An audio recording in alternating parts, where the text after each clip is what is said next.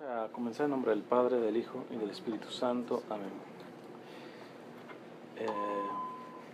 Repiten después de mí: amado Señor, Amado Señor, dame todo lo que me une a ti, dame todo lo que me une a ti, quítame todo lo que me separa de ti, quítame todo lo que me separa de ti, líbrame de mi egoísmo líbrame de mi egoísmo y entrégame enteramente a ti. y entrégame enteramente a ti, Que nunca se haga mi voluntad, que nunca se haga mi voluntad, sino siempre hágase la tuya. si no hagas así la tuya. Amén. Amén. En nombre del Padre, del Hijo y del Espíritu Santo. Amén. Bueno, vamos a compartir. Yo creo que esta va a ser básicamente como una reflexión en la cual cada quien se puede ir examinando si aplica alguna cosa de la que digo interior, porque a veces me toca compartir cuestiones más bien de enseñanza y formación, pero me parece que esta tendrá alguna cosa de formación, evidentemente, pero es más como ejercicio de reflexión, de ir hacia adentro y poder identificar las propias motivaciones de lo que voy a mencionar. Básicamente, si le pudiera poner como un nombre, concretamente a la charla, es las tentaciones antes y después de la conversión, ¿verdad? Porque son diferentes tentaciones las que se tienen. Para comenzar, el concepto de tentación, tener tentaciones no es pecado. Acceder a la tentación, ese es el pecado. Pero entendemos el hecho de tentación como un acercamiento hacia desviarnos de la voluntad de Dios. Entonces, esos acercamientos evidentemente pueden ser del demonio, pueden ser del mundo o pueden ser de la carne, es decir, nuestra propia naturaleza herida. De esas tres fuentes nosotros podemos tener tentaciones. No todas las tentaciones vienen del demonio, que siempre se le echamos la culpa a todos a él. No todas las tentaciones vienen del demonio. Muchas vienen del mundo y muchas vienen de la propia carne, de la propia naturaleza herida de uno. Entonces, teniendo este concepto de tentaciones, pues evidentemente vamos a tratar de detectar antes y después de la conversión, porque evidentemente si ustedes ya han hecho el retiro, podemos decir que ese antes de alguna manera ya lo pasaron, pero siempre es bueno regresar, porque a veces uno cree que ya que la conversión fue como muy completa y no necesariamente fue así. Entonces, para comenzar, voy a leer el texto, el capítulo 4 del Evangelio de San Juan, que es el relato de Jesús y la samaritana. Yo les voy a pedir que pongan mucha atención en los diálogos, porque de ahí vamos a sacar muchas conclusiones. Dice el capítulo 4 de San Juan: los fariseos se enteraron de que Jesús hacía más discípulos y bautizaba más que Juan, aunque en realidad no era Jesús el que bautizaba, sino sus discípulos. Cuando Jesús lo supo, salió de Judea para volver a Galilea. En su viaje tenía que pasar por la región de Samaria. De modo que llegó a un pueblo de Samaria que se llamaba Sicar, cerca del terreno que Jacob había dado en herencia a su hijo José. Allí estaba el pozo de Jacob. Jesús, cansado del camino, se sentó junto al pozo. Era cerca del mediodía. Los discípulos habían ido al pueblo a comprar algo de comer. En eso una mujer de Samaria llegó al pozo a sacar agua, y Jesús le dijo: dame un poco de agua. Pero como los judíos no tienen trato con los samaritanos, la mujer le respondió: ¿cómo es que tú, siendo judío, me pides agua a mí, que soy samaritana? Jesús le contestó: si supieras lo que Dios da y quién es el que te está pidiendo agua, tú le pedirías a él y él te daría agua viva. La mujer le dijo: Señor, ni siquiera tienes con qué sacar agua y el pozo es muy hondo. ¿De dónde vas a darme agua viva? Nuestro antepasado Jacob nos dejó este pozo del que él mismo bebía y del que bebía también sus hijos y sus animales. ¿Acaso eres tú más que él? Jesús le contestó: todos los que beben de esta agua volverán a tener sed, pero el que beba del agua que yo le daré nunca volverá a tener sed, porque el agua que yo le daré se convertirá en él en manantial de agua que brotará dándole vida eterna. La mujer le dijo: Señor, dame de esa agua para que no vuelva yo a tener sed, ni tenga que venir aquí a sacar agua. Jesús le dijo: ve a llamar a tu marido y vuelve acá. La mujer le contestó, no tengo marido. Jesús le dijo, bien dices que no tienes marido, porque has tenido 5 maridos y el que ahora tienes no es tu marido. Es cierto lo que has dicho. Al oír esto, la mujer le dijo, Señor, ya veo que eres un profeta. Nuestros antepasados, los samaritanos, adoraron a Dios aquí en este monte, pero ustedes los judíos dicen que Jerusalén es el lugar donde debemos adorarlo. Jesús le contestó, créeme, mujer, que llega la hora en que ustedes adorarán al Padre sin tener que venir a este monte ni ir a Jerusalén. Ustedes no saben a quién adoran, pero nosotros sabemos a quién adoramos, pues sabemos a quién adoramos, pues la salvación viene de los judíos. Pero llega la hora, y es ahora mismo, cuando los que de veras adoran al Padre lo harán de un modo verdadero, conforme al Espíritu de Dios. Pues el Padre quiere que así lo hagan los que lo adoran. Dios es Espíritu, y los que lo adoran deben hacerlo de un modo verdadero, conforme al Espíritu de Dios. La mujer le dijo, yo sé que va a venir el Mesías, es decir, el Cristo, y cuando Él venga nos lo explicará todo. Jesús le dijo, ese soy yo, el mismo que habla contigo. En esto llegaron sus discípulos y se quedaron extrañados de que Jesús estuviera hablando con una mujer, pero ninguno se atrevió a preguntarle qué quería o de qué estaba conversando con ella. La mujer dejó su cántaro y se fue al pueblo, donde dijo a la gente, vengan a ver a un hombre que me ha dicho todo lo que he hecho. ¿No será este el Mesías? Entonces salieron del pueblo y fueron a donde estaba Jesús. Mientras tanto los discípulos le rogaban, Maestro, come algo. Pero él les dijo, yo tengo una comida que ustedes no conocen. Los discípulos comenzaron a preguntarse unos a otros, ¿será que le habrán traído algo de comer?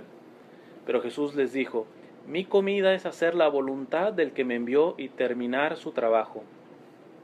Ustedes dicen, todavía falta 4 meses para la cosecha, pero yo les digo que se fijen en los sembrados, pues ya están maduros para la cosecha. El que trabaja en la cosecha recibe su paga, y la cosecha que recoge es para vida eterna, para que tanto el que siembra como el que cosecha se alegran juntamente. Pues bien, dice el dicho, que unos siembran y otros cosechan. Y yo los envié a ustedes a cosechar lo que no les costó ningún trabajo.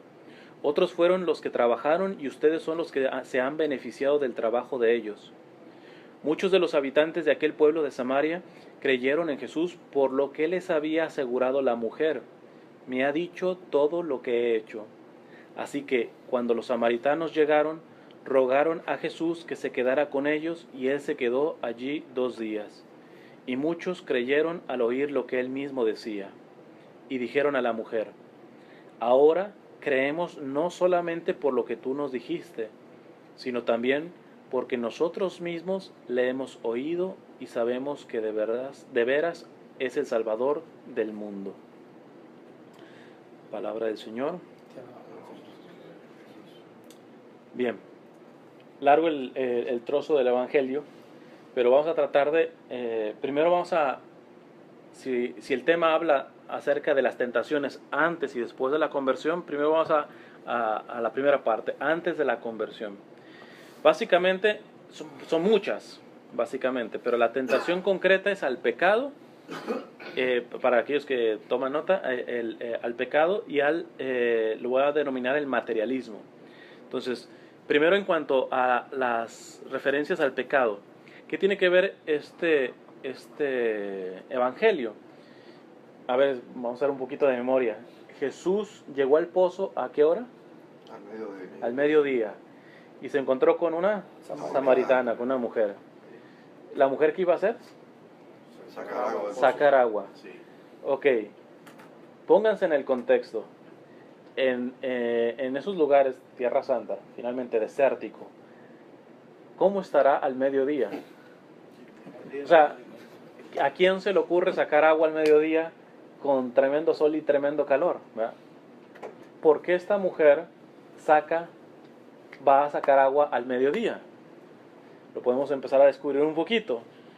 Ella había tenido ya varios esposos, ¿verdad? Entonces, la primera tentación que pone antes de la conversión yo no quiero tratar con gente que me esté recordando que yo no estoy viviendo bien. Uno se vuelve esquivo. O sea, la primera tentación es ser cobarde, en pocas palabras. Antes de la conversión, nosotros tenemos que luchar con una cobardía. O sea, se te anuncia el mensaje, te viene un retiro, tú le das vuelta, le das vuelta, le das vuelta. ¿Por qué? Porque en pocas palabras, cuando uno sabe que está pecando, cualquiera que me pueda decir mis verdades, pues es si no es un enemigo, alguien que me incomoda concretamente. Entonces, la primera tentación es esa parte. Entonces, esta mujer lo más seguramente llegaba al mediodía, porque en el mediodía no encontraba gente que la viera, ni que estuviera diciendo, mira, ya va la que tiene tantos esposos, la que tuvo tantos esposos, etcétera. Prefería el calor, prefería matarse literalmente por sacar agua a una hora en donde hasta su propia salud va en contra, pero siempre y cuando no se le pusiera el dedo en la llaga, ¿no? Y esa es la primera cuestión, o sea, que podemos reflexionar. Usualmente, si se ha dado un proceso de conversión, nosotros tenemos que recordar que lo más seguro es que nosotros tuvimos nuestro proceso de esquivar, de cobarde. O sea, si estamos dentro de pecado. ¿Por qué? Porque el pecado obviamente nos delata. Ahora bien, muchos literalmente corren. Yo no quiero nada de iglesia, no quiero nada de que me hable acerca de religión, nada por el estilo.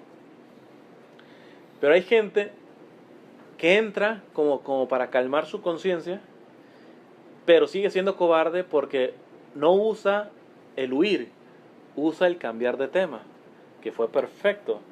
Por eso le digo que pusieran atención en el caso de la samaritana. Jesús le dice primero que, dame de beber. Ella le responde, ¿cómo tú me hablas siendo judío? Para empezar, aunque hubiera sido samaritano, un hombre no podría hablar en público a una mujer en esos tiempos. Inclusive ahora todavía se manejan, judíos radicales manejan esa parte. Entonces, pero más allá de eso, le dice, bueno, si supieras, si conocieras quién te pide de beber, tú le pedirías y él te daría agua viva. Y ella le dice, oye, no tienes ni siquiera de cómo sacar agua, o sea, ¿cómo me vas a decir que agua viva, etcétera? Entonces, y ya les dice, bueno, el agua que tomen aquí les dará siempre sed. En cambio, yo tengo un agua que te quitará la sed. ¿Y qué dice la mujer? Yo quiero de esa agua. O sea, ya le convino. Pero, ¿qué viene después? Jesús le dice, ve y llama a tu esposo. O sea, no hay lógica entre, estamos hablando de agua, si me saca el tema del esposo. O sea, Jesús tenía ahí un propósito, ahorita vamos a ver. Pero, ¿qué hace la mujer?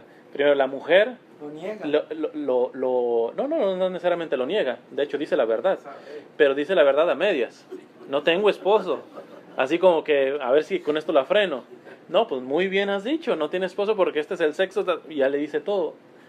Pero ¿qué hace la mujer después de eso? Le dice, sí, he escuchado que ustedes dicen que se debe de adorar en Jerusalén y nosotros, qué buen, chequen, o sea, están hablando del esposo que tiene que ver que dónde se tiene que adorar. Cambio de tema. Y Jesús le responde, le tiene paciencia y le responde, llegará el momento entonces tendrá que ni allá ni acá, o sea, le acaba el tema, porque si Jesús hubiera dicho, no, es en Jerusalén, aquí ya se empieza el debate, y gana ella, en el sentido, no, mira, ni aquí ni allá, será en espíritu y verdad, se acabó el tema. Pero yo he escuchado que vendrá el Cristo y un día nos cambia de tema, o sea, es decir, nosotros tenemos que identificar que antes de una conversión se intensifican esos procesos de cobardía, tanto de huir como del cambio de tema, ¿verdad?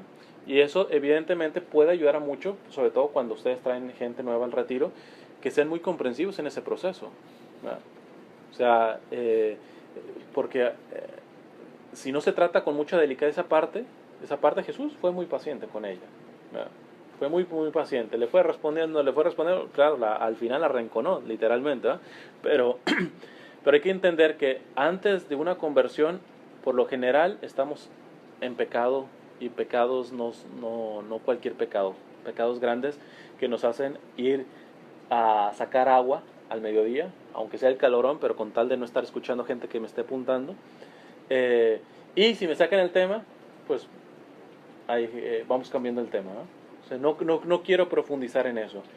Una buena pregunta que sería es, cuando se dio mi conversión, quizá muchos la tuvieron o la comenzaron realmente en el retiro, hay áreas en donde todavía yo huyo o esquivo, y simplemente porque pasé el retiro creo que ya estoy, no sé, bendecido, convertido, etcétera. La voy a poner más sencilla, voy a una pregunta muy práctica. Lo que rompió el proceso de comunicación de estas dos personas, de Jesús y la samaritana, estaban hablando de alguna manera cordialmente con las aguas, y Jesús le viene con el bendito marido. Se los aseguro que cualquier pregunta que Jesús hubiera dicho a la samaritana, cualquiera, ninguna hubiera sido más incómoda que la que le hizo. Pregunta, y eso sería muy bueno responderse y en oraciones delante del Santísimo. Si hoy viniera el Señor, ¿qué pregunta no te gustaría que te hicieran? Él. ¿Qué pregunta? Él te conoce. Ella le dijo, no tengo marido. Muy bien. Sí, pero si crees que me engañaste con eso de que no tienes marido, no, me dijiste una verdad a medias. Has dicho bien, porque has tenido. A Jesús no le engañamos. ¿Qué pregunta? Y eso sería una tarea básica que ojalá se lleven. ¿Qué pregunta? La pregunta mía sería que no me hiciera preguntas. Que no me hiciera pregunta. No, acá no estamos diciendo que usted le vaya a pedir, es que le va a preguntar. Y entonces tenemos que identificar qué pregunta o qué preguntas, pueden ser más de una. A mí me incomodaría que el Señor me dijera, a ver, fulanito de tal. Para empezar a no engañarnos, a creer que nosotros ya nos convertimos, vamos a revisar primero las tentaciones, que en parte las vencimos de alguna manera. Si están en este tipo de grupo, de ministerio, de alguna manera ya han dado un paso. Pero a veces no se crece, o sea, uno ve gente por 6, 7, 8 años, etcétera, y no son gente mala, pero son todos los santos que debieran de ser, ¿no? Se estanca el proceso. ¿Por qué? Porque ellos creyeron que el paso ya lo dieron, y todavía tienen preguntas que Jesús les diría y les incomodaría. Entonces, no, esa vamos a hacerse a los nuevos. Espérate. Porque si no se trata de que tú ya no seas malo, no se trata de que tú seas el peor pecador. Inclusive, ni el mismo demonio procura que tú seas el peor pecador. Al demonio solamente le basta que tú no hagas la voluntad de Dios. Si tú estás llamado a ser santo y te quedas en bueno, el demonio ganó. No ganó Dios, ganó el demonio. El demonio le gana partidas a Dios, por así decirlo, con gente buena. ¿Por qué? Porque al demonio no le interesa que tú no seas un Hitler, ¿verdad? Más o menos, ¿no? No. Le basta que no seas todo lo santo que tendrías que ser en este momento. Y él ya está ganando ahí. Entonces, puedes hacer memoria de cómo tú esquivabas y todo eso, y te pueden hacer una oración de agradecimiento, Señor. La verdad que a mí me acorralaste desde tal o tal, cada quien tiene su historia. Me acorralaste igual que la samaritana, pero quiero ir otra vez hacia atrás y en plena honestidad y plena transparencia, verdaderamente ya estoy sin secretos delante de ti. ¿O qué pregunta no me gustaría que tú me hicieras? Esa es la primera cosa. O si realmente estás huyendo o cambiándole de tema, pues ya tienes un punto a trabajar. Por eso digo que esta no es tanto una aportación como un curso formativo, sino mi intención es un poquito que se lleven preguntas y que esto no quede aquí. Ustedes se pueden ir al Santísimo y realmente empiezan a ser muy honestos, porque si no, uno no avanza. Segunda tentación, antes de la conversión. Les digo, hay muchas, y muchas de estas tentaciones después de la conversión también están así, pero es para llevar un poco un orden. El materialismo. Que lo una otra palabra, ahorita explico esto de materialismo. El inmanentismo también, que es otra palabra un poco complicada. El materialismo hace referencia, la palabra lo dice a materia, lo que se ve, lo que se toca, las realidades visibles, vamos a decirlo así. El inmanentismo, inmanente es el aquí y el ahora, eso es un inmanente. Por ejemplo, lo contrario a lo inmanente es lo trascendente. Es decir, cuando hablamos de trascendencia estamos hablando de que hay algo más allá. El que es inmanente no existe más allá, solamente lo tenemos aquí y ahora. Usualmente un materialista siempre es inmanentista y siempre un inmanentista es materialista. Son dos hermanas gemelas, ¿verdad? ¿Por qué pongo como tentación? Porque mucha gente quizá no tiene unos pecadazos así como la samaritana antes de su conversión, pero sí tiene su confianza puesta en otras cosas. En cuestiones materiales, llámese materiales, posesiones, carro, riqueza, dinero, trabajo, etcétera. Puede ser inclusive en familia, esposo, papá, mamá, etcétera. Y tiene una visión verdaderamente reducida de la vida. Y cuando se tiene una visión reducida, se le cierra la puerta a Jesús. ¿Por qué? Porque, a ver, un materialista y un inmanentista me dice, cualquiera de ustedes no tiene otra cosa más interesante que hacer en este momento que sentarse y venir a escuchar una charla. Dime en qué me beneficio yo. Un inmanentista pensaría así. Es más, les digo, ni siquiera es una persona que peque gravemente. Es más, hasta un inmanentista o un materialista dice, es más, ¿por qué en vez de estar sentados aquí escuchando esto o rezando el rosario o oyendo a misa, por qué no van con los pobrecitos a darle? Ahí sí yo los acompaño, ¿verdad? Y está bien. Pero por eso digo que es tentación, porque si es tentación es decir que puede haber un tipo de engaño. ¿Cuál es el engaño en esto? De acuerdo a la samaritana, Jesús le dice, si conocieras quién te pide de beber, tú le pedirías y él te daría agua viva. Ella le dice, oye, no tiene ni por dónde recoger. Y dice, bueno, el que tome de esa agua tendrá sed. El que tome de mi agua ya no tendrá sed. Ahí pesca a la samaritana. ¿Por qué? Porque evidentemente la samaritana tiene una visión muy materialista, muy aquí y ahora. Imagínate, este hombre puede hacer que jamás ya tenga que venir al mediodía a sacar agua. O sea, me va a ayudar a que yo pueda tener si tomo eso ya no tengo sed. Tiene una visión de la fe meramente materialista. Y evidentemente el que tiene una visión así, es complicado que se convierta. Porque hay cuestiones en donde verdaderamente no tienen un fin inmediato. O sea, díganme, o sea, técnicamente, estar sentado aquí, escuchando una charla, para cuánta gente, aquí mismo alrededor de la ciudad, no es pérdida de tiempo. Y que hay otras cosas más beneficiosas, porque se puede ver en cash, se puede ver en... Entonces, el problema de la fe también afecta antes de la conversión a aquellos que tienen una reducción aquí y ahora, material, etcétera, que no tienen una visión trascendente, ¿verdad? Entonces, una pregunta muy buena sería, yo dejo de venir, por ejemplo, a un grupo por cuestiones meramente inmanentistas y materialistas, es decir, pues, les voy a decir algunas razones que siempre salen en cualquier grupo. No, es que ya cada vez vienen más poquitos, ¿no? O sea, que tú vienes por el número, razón materialista y inmanentista.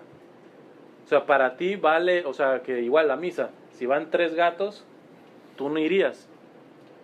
¿Por qué? Porque la misa que vale es la de 50 personas. O les voy a decir ya esta sería para conversos, de alguna manera. El padre dice, mañana va a haber misa.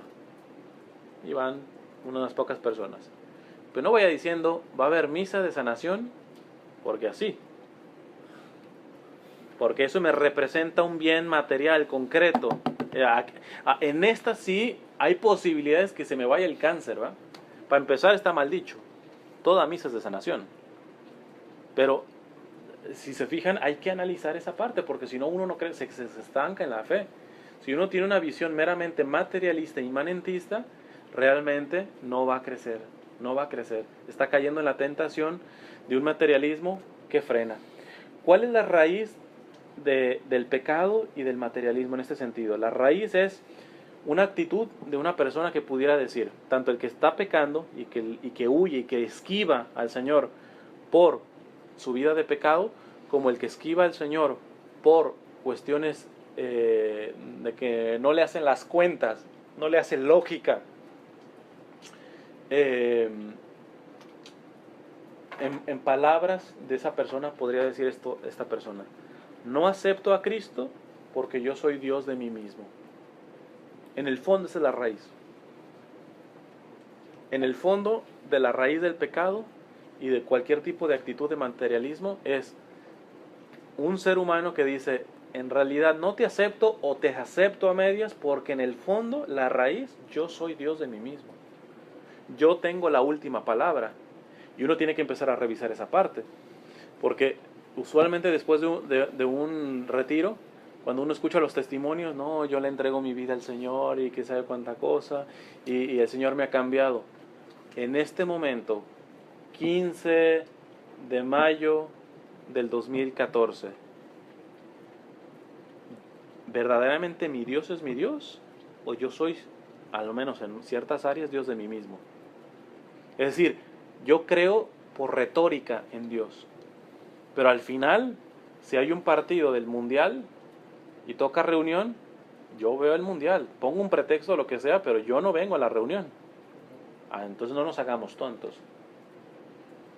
Habrá cosas, emergencias. Imagínate, si no viniste a la reunión porque tu hija se accidentó, bueno, ya son cuestiones. Pero, y déjenme decirles, yo conozco gente con ese tipo de emergencias y viene. O sea, habría que ver también la prudencia en esos casos, ¿verdad? Pero, honestamente, cuando no se persevera en un grupo, cuando no se persevera en cuestiones de la fe, a veces son verdaderamente cosas que lo único que evidencian que soy yo Dios de mí mismo. De cabecita Dios es mi Dios, pero no, o sea, para mí pesa más mi fútbol, para mí pesa más mi programa de televisión, para mí pesa más mis vacaciones, para mí. Entonces, vamos siendo honestos, vamos a ser transparentes en esa parte, ¿va? Ahora bien, un antídoto, porque cualquiera me dice, bueno, pues muy bien que nos digas estas tentaciones, pero si no nos dicen de qué manera se pueden solucionar, pues nos desgraciaste la vida, o sea, nos vamos simplemente con culpas. Hay varios antídotos, pero el primer antídoto es el sentido común, lo que le pasó a la samaritana. Se dejó ganar. O sea, ya Jesús le mete primer gol, segundo gol, tercer gol, cuarto gol. Ya, si ella dice, no voy ganando, es una necia. Pero hay gente que sigue cerrado, ¿eh? Hay gente que el Señor ya le tocó aquí, le tocó acá, le tocó acá y sigue con la misma. Ahí sí esa persona se tiene que cuidar porque puede estar pecando contra el Espíritu Santo y eso se pone en riesgo su salvación. Es algo grave. Pero la primera cosa que tú puedes hacer en este tipo de tentaciones es lo mismo de la samaritana. Sé humilde y déjate ganar. O sea, ya te viene goleando el Señor para tú decir que tú vas ganando. No, sería pura necedad. Entonces, la primera cosa es: sé dócil, haz un acto de docilidad. El Señor ni siquiera te pide que le abras la puerta. Si le abres una ventana, por ahí empieza a trabajar. Dice San Pablo era un excelente judío. Había tenido uno de los mejores maestros, de los mejores rabinos, Gamaliel. San Pablo era, vamos a decirlo, también socialmente de lo mejorcito de su tiempo, porque San Pablo, siendo judío, había nacido en territorio romano, entonces tenía las dos ciudadanías, había sido romano. O sea, vamos a decir que en nacionalidad, en caché social, en caché religioso, en fe, San Pablo lo tenía todo. Y después vemos en San Pablo decir, después de su conversión, decir: todo lo considero basura con tal de ganar a Cristo. Todo lo que había ganado antes lo considero basura. Déjenme, estamos entre puros hombres, les digo la traducción exacta, porque del griego, las Biblias lo han traducido basura, pero en el griego es: todo lo considero estiércol, mierda. Esa es la palabra textual que dijo San Pablo. ¿Pero qué es todo? Todo es ese background que les acabo de decir y mucho más. ¿Por qué? Porque cuando tú dices, ¿qué hace la samaritana? Ya después, es curioso que lo pone el evangelista Juan: dejó el cántaro. Ya que le interesa el cántaro, el agua que si trajo, etcétera. Si ya se dejó ganar, ¿qué le importa? Peor aún, Dice el Evangelio que va con la gente y ¿cómo convence a la gente? ¿Qué es lo primero que la samaritana le dice a la gente? ¿He encontrado un hombre? Justo. No. Que sabe. Que me ha dicho todo acerca de mi vida. Sí. Vean hasta dónde llega el proceso de conversión. ¿Por qué iba al mediodía esta mujer? Para que nadie se enterara, en pocas palabras, de ese pecado. Pero cuando ya se dio, cuando se dejó ganar por Jesús, va inclusive a evangelizar y lo primero que dice, lo que le daba pena, lo saca. Lo saca. Es una forma de decir, es que ni siquiera mi pecado es más grande que el encuentro con el Señor. Era lo suficientemente grande cuando yo era diosa de mí misma y que me autojustificaba. Ahí sí, y ahí sí da pena. Usualmente el que es terco en el pecado, usualmente es agresivo. No te metas, es mi vida, o si yo me voy al infierno, pues allá mi... Pero en realidad toda esa agresividad no es más que miedo, inseguridad. Realmente valentía es cuando uno se convierte, porque esta mujer, ¿quién es el que ahorita puede sacar toda su vida y su porquería en este momento aquí? Tal cual. Quizá no la pensaríamos, Quizá no la pensaríamos. Pues entonces tendríamos que meditar cómo va ese proceso de transparencia delante del Señor. Verdaderamente yo puedo decir, antes de mi conversión, todo lo considero estiércol por tal de ganar a Cristo. Suelta la pregunta. Ahora bien, pasemos rapidito a tentaciones después de la conversión. Voy a mencionar varias, que hay muchas más. Evidentemente en estas se pueden ya ir más identificando si han llevado ya un proceso de conversión que posiblemente pasó a través del retiro que vivieron. La primera, el relativismo. Considerar las cuestiones a nivel fe, el relativismo en otras dimensiones es aceptable, pero el relativismo moral, el relativismo en la fe no es más que un cáncer. Voy a poner un caso de tentaciones de relativismo. Esto lo he visto mucho aquí en Estados Unidos y en todas las parroquias y en diferentes estados, así que no lo tomen personal. Tristemente yo veo que en las parroquias o la visión del católico aquí en Estados Unidos es como aparentemente de un sano equilibrio. ¿A qué me refiero a sano equilibrio? La persona tiene su cajita de la fe, tiene su cajita del matrimonio, tiene su cajita de su trabajo, tiene su cajita de sus diversiones, tiene su cajita de amigos, tiene su cajita de la sexualidad, tiene su cajita de hobbies, etcétera, etcétera. ¿Esa es la versión realmente de un cristiano? No, eso es un relativismo.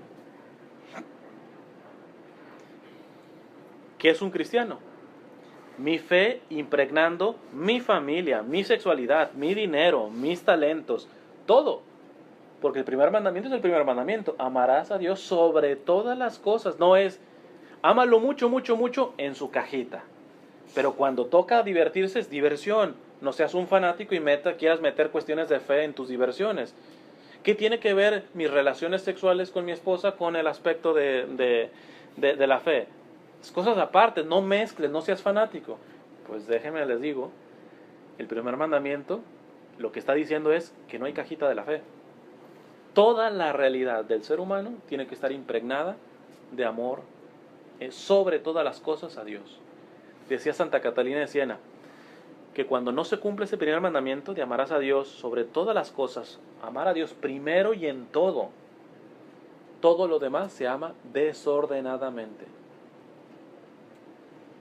No, mira, yo no he metido mucho mi fe en mi sexualidad y no soy una persona así que promiscua, que tú digas, no.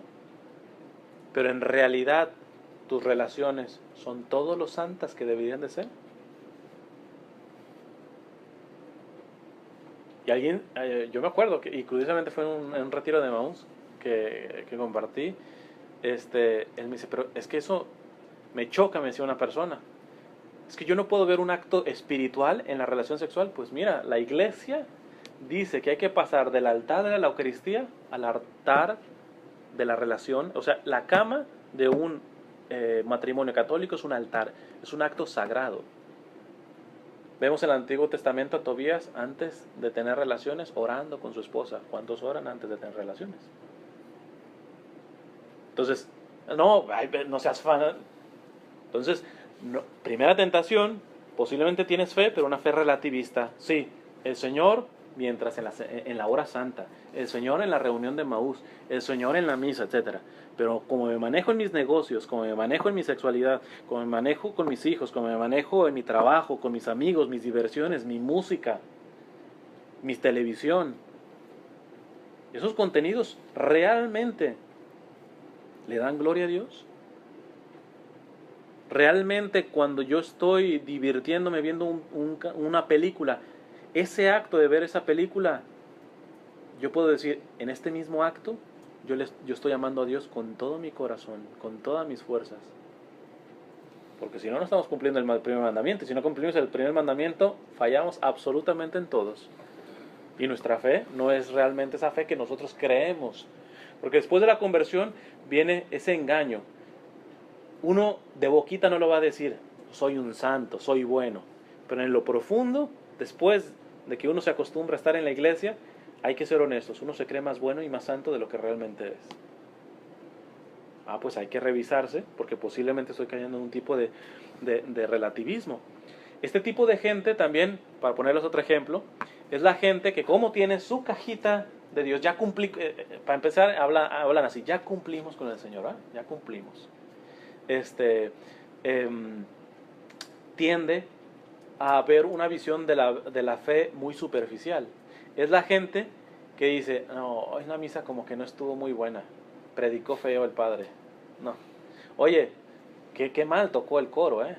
No, esto ya no se ve bonito. ¿Viste la cara que me hizo la ujier? Se queda en lo superficial. ¿Por qué? Porque como es su momento de con Dios, se lo fracasaron. Se lo echaron a perder. El padre que no predicó bien, o el coro que no cantó bien, ¿por qué? Porque es su único momento religioso, de fe. Ya cumplí. Se me viene rapidito un ejemplo de un amigo sacerdote que él dice que usualmente las bodas son en sábados. Y la misa del sábado, ya de la tarde, es la víspera del domingo. Es exactamente la misma misa del domingo. Y entonces dice, a veces se me hace interesante que llega, por ejemplo, dice, me llega una muchacha después de una boda y me dice, padre, ¿esta misa ya vale para mañana? Y el padre dice, a ver, ¿cómo te explico? Sí, pero mira, te lo voy a explicar así. ¿Tú tienes novio? Sí. Ve y dale un beso a tu novio hoy y dice, ¿este beso ya vale para mañana? Oye, la misa, el acto de amor que tú tienes delante del Señor y del Señor delante de ti, de haber de que, no, es que ya cumplí, ya hoy fui a misa, ¿cómo voy a repetir mañana? ¿Qué visión, qué fe se tiene? No está nada mal en ir a la mañana en la misa, de hecho es un buen signo, pero hay gente en este sentido que ha caído en este tipo de relativismo, de superficialidad, que llega a decir, ok, a ver, niños o lo que sea, vístanse rápido para ir a misa para ya quedar libres. ¿Libres de qué? O sea, la misa, o sea, si tú vas al estadio ese día, nada, no, disfrutamos, o sea, pero quedaste libre de la misa. O sea, la misa es la cárcel, la misa es lo peor que te puede pasar. Entonces tú te forjas una fe verdaderamente superficial que hace daño. Y eso, evidentemente, ya hay una conversión. ¿Por qué? Porque sí, cumples. Pero aquí no se trata de cumplir, aquí se trata de amar al Señor realmente. Otra, el proselitismo. El proselitismo, no sé si entienden esa palabra, proselitismo. Los protestantes hacen proselitismo. Ojo, los católicos, hay quien los hacen, pero no tenemos que hacer proselitismo. No es la fe católica proselitista. Para que me entiendan, proselitistas, yo digo, si se me viene una imagen con palabras proselitistas, testigos de Jehová. O sea, esos van a pescarte, a traerte para su rancho, literalmente. ¿Cuál es la diferencia de la evangelización? La evangelización es dar testimonio de eso. O sea, tú ofreces, pero tú no impones, tú no tratas de pescar, tú tratas de dar testimonio con la palabra, con el propio testimonio, sabiendo que la sola palabra y el buen testimonio se defiende por sí solo. Se defiende por sí solo. Entonces, el proselitismo es una persona que ya está conversa. Imagínate, si va a pescar, evidentemente tuvo algún tipo de conversión, debe estar convencido en algo de la fe. Pero ese tipo de gente que termina agarrando a la gente a bibliazos, ¿verdad? Y uno a veces con buena intención, no, me tocó tanto el retiro, que vas con tu, no sé, con tu primo, con tu hermano, que vaya, tiene como 3 años siendo ateo, etcétera, y le das una de bibliazos, literalmente. Oye, espera, ¿cuál es el fin? No, es que él tiene que saber la verdad, no puede estar tan equivocado, no puede estar tan... Espérate. La fe no es proselitista. Compartir la fe es un testimonio. Y con la manera como estás tratando a la persona, quizá lo que estás diciendo está muy bien, pero no hay conexión entre el testimonio. Este tipo de personas, y eso, ojo, aquí sí les va a servir bastante, me parece, porque es una cosa en que caen muchos ministerios, tristemente, que lo hacen con buena intención, pero yo le llamo marketing religioso. ¿De qué manera podemos conseguir 30, 40 para que se vengan al retiro, etcétera, y hacen sus estrategias, etcétera? Y a veces son más estrategias que realmente lo que pediría el Señor. Oración, adoración al Santísimo. ¿Tú cómo quieres traer un retiro? Simplemente jalando y dando anuncios, etcétera, y haciendo marketing, unos excelentes pósteres y todo eso, si realmente ni siquiera llevas vida de oración. Las almas que se convierten son más hijas. Por ejemplo, acabo de venir de un monasterio de clausura, de monjas de clausura. A ellas nadie les va a dar gracias, porque no salen. Pero si el día que estemos delante del Señor veremos de quién verdaderamente son los papás de las conversiones. Del que habló bonito, del que hizo una excelente estrategia para traer tanta gente en el retiro, no. Así no se mueven las cosas de Dios. O sea, esto no es un club de fans de Jesús. Si no decía San Juan de Ávila, doctor de la iglesia, dice, si padre y madre de almas quieres ser, tienes que aprender a llorarlas primero. Dime cuánto has ayunado por las almas que tú ahorita no conoces para el próximo retiro. Dime cuántas misas has ofrecido. ¿Has tenido en mente esas personas? ¿En tus adoraciones al Santísimo? Chance ni siquiera adoras al Santísimo. Entonces, y ahí caemos, ¿por qué? Porque vemos que, por ejemplo, las iglesias protestantes se han ido por ese camino. Vemos una iglesia en Houston, tremendo, un estadio gigantesco, etcétera, y uno dice, wow, ¿qué podemos hacer para que nuestra iglesia ya va a decir, mira, es preferible tener una iglesia con poquitos, pero convencidos, que gente que está más por el marketing, por el show? Entonces, hay que ver si uno, después de nuestra conversión, no ha caído en esta tentación del proselitismo. Siguiente tentación, el espiritualismo. El espiritualismo, ojo, no digo espiritualidad, el ismo es negativo siempre. El espiritualismo, voy a poner 2 casos. En la liturgia, hay gente, por ejemplo, yo amo la liturgia, y la liturgia bien celebrada, cuando se respetan los silencios, cuando la música verdaderamente es litúrgica, cuando verdaderamente se hacen las cosas bien, litúrgicamente, no hay cosa más bella porque se percibe el sentido de lo sagrado. Tristemente, en la mayoría de iglesias, aquí en los Estados Unidos, no digo nomás aquí, en los Estados Unidos en general, la liturgia nos la pasamos y la repasamos y la pisamos, etcétera, y por eso tenemos gente que a veces ni siquiera pasa por un sagrario y ni siquiera sabe quién está ahí ni nada por el estilo, ¿eh? Entonces, y que puede ir a comulgar como saludando como político literalmente, entonces, y estar comiendo como si fuera una galleta. O sea, yo soy a favor de que realmente se rescate el sentido de lo sagrado. Pero la tentación del espiritualismo es gente que en pocas palabras se cree más, es gente más papista que el Papa, vamos a decirlo así. Es gente que tiene una cuestión de hay que hacer las cosas bien en la liturgia y todo eso, pero a costa también de pisotear a la otra persona. O sea, no hay caridad, es simplemente legalismo, la regla. así son las cosas, es que así se maneja el grupo, y realmente está bien, pero ¿a costa de qué? ¿A costa de qué?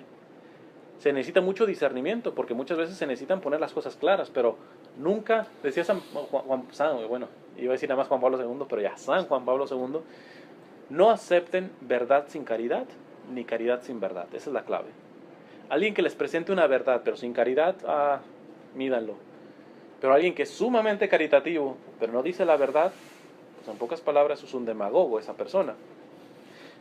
Otro ejemplo con esto, hay gente que se sabe de memoria casi revelaciones privadas de la Virgen, sabe revelaciones de santos y conoce mucho de esas que son cuestiones buenas, revelaciones privadas y todo ese tipo de cosas, pero que no lee la Biblia, por ejemplo. O sea, ¿cómo entender que tú sepas qué dijo la Virgen de Medjugorje y no sabes qué dice el capítulo 4 de San Juan? Mucho cuidado con eso, porque ciertamente esa espiritualidad ha traído muchas conversiones. Por ejemplo, de Medjugorje, ¿cuánta gente no se ha convertido? Pero una verdadera devoción mariana termina en el Hijo, y el Hijo, su presencia está en su palabra, en sus sacramentos. Una persona que sabe tantas cosas, lugares de peregrinación, sabe tantas profecías, sabe tantas cosas, pero no sabe las profecías que están en la Biblia y que son palabra de Dios, que no son revelación privada, sino pública, hay que medir. Porque a veces uno se mete en esos espiritualismos que no son sanos, no son sanos. Y finalmente, el altruismo es otra tentación. El altruismo, ya puse un poquito un ejemplo, es esa gente que todavía le quedan rezagos de materialismo y de inmanentismo, que solamente ve el beneficio de la fe siempre y cuando se ayuda a los pobrecitos, y eso tiene que ser. No puede haber un cristiano, por ejemplo, los espiritualistas usualmente no tocan materia de pobreza ni de justicia social, todo eso no lo tocan.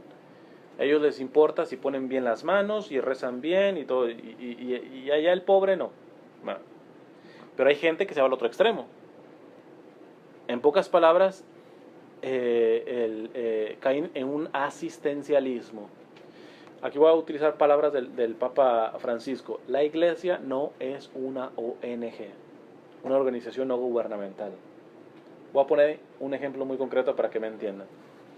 Si yo mañana me voy a África a voluntariar con los niños pobres, con la UNICEF, es un acto bueno, altruista, filantrópico, muy bien. Pero después de darle comida a los pobrecitos, ¿creen que a uno le interesa si me voy y me acuesto y tengo relaciones prematrimoniales con mi novia? Si tengo demasiados lujos en mi casa, si acaparo bienes de manera irresponsable, si soy injusto en mi vida, si peco en mi vida, a la UNICEF, allá tú. La Iglesia no. La Iglesia no hace altruismo o filantropía, la Iglesia tiene caridad, que es diferente. Y la caridad no es darle al pobrecito la comida, no. ¿De qué manera tú te empobreces también? No, pero es que todo este dinero lo he ganado honestamente. Pues muy honestamente lo has ganado, pero la moral cristiana nos dice que solamente lo nuestro es lo necesario. Todo lo demás somos administradores de eso. Dios nos va a pedir cuentas de eso. No me voy a alargar en esta parte, pero si alguien quiere profundizar, puede ir al website del Vaticano y buscar el compendio de la doctrina social de la Iglesia, una de las grandes obras que dejó el Papa San Juan Pablo II. La mayoría tienen trabajos. ¿Ustedes saben cómo se debe comportar un cristiano en el trabajo? Si son jefes en cuanto a salarios, todo ese tipo de cosas. O sea, la fe tiene que, volvemos a lo mismo, la fe no es, ya voy a la iglesia, no. ¿De qué manera ha penetrado en tu trabajo? Miren, les voy a nada más mencionar rapidito una, para ver si realmente estamos actuando así. La doctrina social de la iglesia dice, por ejemplo, que si entra un negocio en crisis, vamos a ponerlo así, antes el jefe, el dueño, se tiene que bajar su salario antes de correr a una persona. Tiene que hacer todo lo posible, o sea, ya tiene que ser lo último despedir a una persona. Pero antes tiene que renunciar a privilegios con tal de beneficiar, de no afectar a sus trabajadores. ¿Quién hace eso? No, Ya no estoy... Es que las grandes empresas ni siquiera... ellos están en crisis porque ganan 1 millón menos. Pero vaya, o sea, tú dices, ¿se van a quedar sin comer? No. Vamos sacando para que pueda recuperar mi milloncito. Es que ser cristiano de boquita es muy fácil, ¿va? Y nosotros tenemos que profundizar en esta parte porque no podemos caer en un mero asistencialismo. La iglesia no está para simplemente darle a los pobrecitos y no, sino para darle al pobre y hacerse pobre en un sentido con el pobre. Y eso lo reflejo en mi simplicidad de vida, en analizar si tengo gastos superfluos, en tenerlos muy, muy en cuenta en la memoria, muy, muy, muy en cuenta en la memoria. Antes de dar la conclusión, les doy un ejemplo más en esto. Espero que todos hayan tenido al menos una comida el día de hoy. Cuando ustedes tienen un plato de comida, ustedes saben la estadística de que 3/4 de la población vive por debajo de la pobreza. 3/4. O sea, si tuviéramos un cake, 3 rebanadas se la está comiendo uno y una rebanada se la están comiendo 3. Así estamos. Aquí vivimos en una burbuja, ¿eh? Pero hoy, 3/4, vamos a ponerlo así. Hoy que yo tenía un plato de comida, 3 personas no comieron. No comieron. Y uno se da a veces el lujo hasta de tirar comida. Ya no digamos ni de agradecimiento delante de Dios. Uno no es consciente de la pobreza de sus hermanos, ¿no? Entonces, la fe ahí tiene que entrar realmente a una coherencia, pero sin asistencialismo. Porque hay gente que se cree santa porque ayuda mucho al pobre, pero no visita al pobre de pobres, al rechazado de rechazados, que es Jesús. Anda arriba y abajo, pero una adoración al Santísimo no la hace. Si se fijan, es que nos tienen que estar peleadas. Y el mejor ejemplo es ver, por ejemplo, a las misioneras de la caridad de Madre Teresa de Calcuta. Y todos los días comienzan con adoración al Santísimo. Y no hay personas más preocupadas por la carencia de los más necesitados que ellas. Y no les falta ese tiempo. Entonces, se tiene que manejar esto de San Benito: ora et labora, oración y trabajo, las dos. A alguien que me digan pura oración, pónganlo en duda.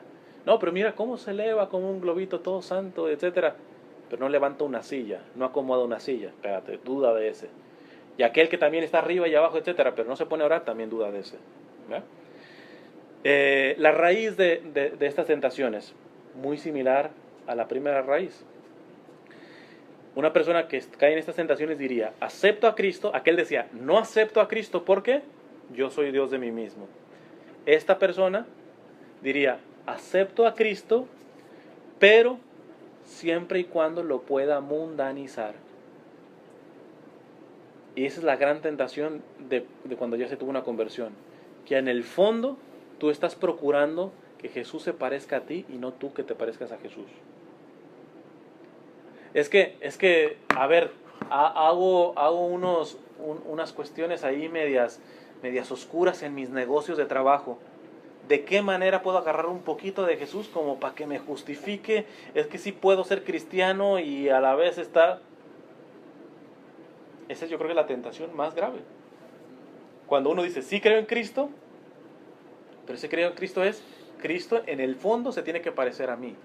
Cristo tiene que, en pocas palabras, ponerse mis jeans, mi camisa y no yo su túnica. Es que ¿cómo voy a renunciar a esto? Entonces no has tenido una conversión, porque volvemos a lo de San Pablo: todo lo considero basura por tal de ganar a Cristo. Entonces Cristo, si tú ves algo que no puedas renunciar por amor a Cristo, tu fe todavía no está. Entonces hay que trabajar ahí, pero no hay que engañarnos creyendo que, bueno, a lo menos hago poquito. No, hazlo, pero con la mirada de que la renuncia tiene que ser fuerte. El antídoto, y con esto concluyo, 2 textos del Evangelio básicos que ayudan antes de la conversión, pero sobre todo después de la conversión ayudan muchísimo. Dice Jesús: el que quiera ser mi discípulo, en pocas palabras, el que quiera ser católico, el que quiera ser cristiano, ojo, que se niegue a sí mismo, tome su cruz y me siga. Solamente se vencen estas tentaciones empezando con el primer paso, negarse a sí mismo. Hay gente que no puede cargar la cruz porque todavía no da el primer paso. Llegan las pruebas y no las pasan. ¿Por qué? ¿Porque era gente mala? No. Porque era gente todavía que él era Dios de sí mismo. Para empezar a ser cristiano, tienes que ir trabajando en morir a ti mismo. De hecho, si ponemos traducciones a esto, podrían aplicar estas traducciones. El que quiera ser mi discípulo, que se niegue de sí mismo, que se vacíe de sí mismo, que se olvide de sí mismo, que muera a sí mismo, tome su cruz y me siga. La segunda cita, San Pablo, en la carta a los Corintios, dice: Cristo murió por todos. Eso debe ser algo fuerte.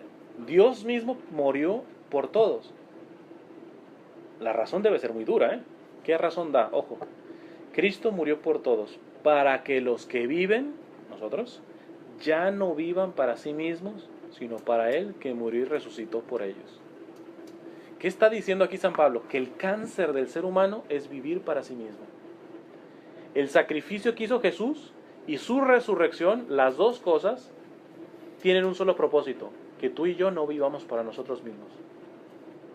El crecimiento espiritual está supeditado a eso. No está tanto a qué tanto haces o no haces en la iglesia. No. ¿Qué tanto haces o no haces en la iglesia muriendo a ti mismo? Muriendo a ti mismo. Esa es la clave. Termino con un texto. Pongan mucha atención con esto porque lo voy a leer textualmente. Del padre Guibert, que toca como resumen este meollo del vivir para sí mismo antes y después de la conversión. Es lo que pudre. El vivir para mí mismo me va a hacer rechazar cualquier oportunidad de conversión. Pero ya convertido, el vivir para mí mismo, el ser Dios de mí mismo, me va a hacer prostituir el evangelio, acomodarme un evangelio superficial, que me calma la conciencia, pero en realidad yo sigo siendo el mismo Dios de mí mismo. Ojo con lo que dice aquí el padre Guibert. Lo voy a leer despacio porque literalmente va a la yugular. Dice el padre: el trabajo de la abnegación, de negarse a sí mismo, el trabajo de la abnegación del yo es la obra capital de la vida. ¿Qué significa capital? Caput viene del latín cabeza, comienza la cabeza. Es decir, la obra fundamental de la vida, la cabeza de toda la vida es la abnegación del yo. En esto está la vida espiritual, el punto prácticamente decisivo, la posición estratégica dominante cuya pérdida o ganancia decide de hecho la batalla de la santidad. Si tú fallas en este punto, fallas en la vida de la santidad, a lo que estamos llamados. O sea, esto es lo medular. Continúa el padre diciendo: ahí está la experiencia para demostrarlo. Que se examine la vida de los santos fracasados. Me refiero a sacerdotes, religiosos o simples fieles, excelentes, fervorosos, celosos, piadosos y entregados, pero que no han sido santos a secas. Se constata que lo que les ha faltado no es ni una vida interior profunda, ni un sincero y vivo amor de Dios y de las almas, sino plenitud en el renunciamiento, profundidad de la abnegación y totalidad del olvido de sí que les hubiera entregado enteramente a la obra de Dios en ellos. Amar a Dios, alabarle, cansarse por Él, incluso matarse por su servicio, son cosas que atraen a las almas religiosas convertidas. Pero morir del todo a sí mismos, oscuramente en el silencio del alma, desprenderse, dejarse arrancar a fondo por la gracia de todo lo que no es pura voluntad de Dios, he aquí el holocausto secreto ante el cual retroceden la mayoría de las almas, el punto exacto en el que el camino se bifurca entre una vida fervorosa y una vida de elevada santidad. Yo le digo siempre a la gente, yo me dedico a esto, para mí todo mi trabajo es gratuito, yo realmente vivo mucho de la providencia. Yo sería un loco si no tengo una razón de peso. Literalmente sería un loco estar haciendo esto. Y una de las tantas razones es eso, la salvación de las almas. Pero yo no quiero una salvación de las almas como que ustedes vayan a entrar al cielo como de panzazo, así como que, oh, alcanzó a entrar, bueno, ya mínimo. No, yo le decía a un grupo de catequistas, cuando ustedes ven a sus niños a las que le dan clases, ustedes ven santos de canonización. Porque uno ve San Francisco de Asís. Oye, evidentemente solamente tiene que ver un San Francisco de Asís, pero el nivel de santidad, ese nivel tiene que estar en todos. A veces uno no llega a morir a sí mismo porque tiene una visión muy mediocre del camino espiritual. Basta que no sea lo suficientemente malo como antes era. No, si supieras que Dios quiere, no solamente que seas bueno, que seas santo y santo de canonización. No me refiero a que te vayan a canonizar, si te canonizan pues bienvenido, pero si no, ¿cuántos santos están en el cielo sin ser canonizados? Pues la mayoría. Los vamos a conocer estando allá, por eso hay un día de todos los santos. Pero en realidad yo estoy trabajando por una santidad de peso o simplemente una vida religiosa, buenecita, con mucho amor a Dios, con oración, etc. La diferencia está en esto. La diferencia está en el que muere a sí mismo, en el que renuncia a sí mismo, en el que se vacía de sí mismo, y como dice San Pablo, y vive solamente para Cristo. Cuando vive así, tú vas impregnando automáticamente todo, tu trabajo, tus talentos, tu familia, tu sexualidad, tu dinero, etc. Y con plena convicción puedes decir, todo lo considero basura a causa de conseguir a Cristo. Termino con esta frase que es de San Rafael Arnaiz, un santo español que fue monje. Él decía, Señor, desprecié el mundo por ti. Es decir, tuve mi momento de conversión en donde renunció el mundo por ti. Yo creo que podemos decir hasta este punto, hasta esta parte de la oración, podemos decirle de alguna manera, Señor, tú sabes que yo ya he despreciado mucho mundo, tú sabes mi pasado, tú sabes que yo ya he despreciado mucho mundo por ti. Pero aquí viene el reto si podemos decir lo que después dice en la frase. Dice San Rafael Arnaiz, dice, Señor, desprecié el mundo por ti. Déjame ahora despreciar lo único que me queda, mi voluntad y mi vida. Señor, déjame ahora despreciar lo único que me queda. Si tú ya te crees la divina garza envuelta en huevo y la mamá de Tarzán, porque yo renuncié a tantas después del retiro, etc., pues mi aplauso. Pero esa es la herencia que te vas a llevar, muy poco te quedas. ¿Eso es lo que merece tu Señor? O tu Señor, díganme, no merece que tú le digas, Señor, en un momento de mi vida renuncié a tantas cosas del mundo por amor a ti.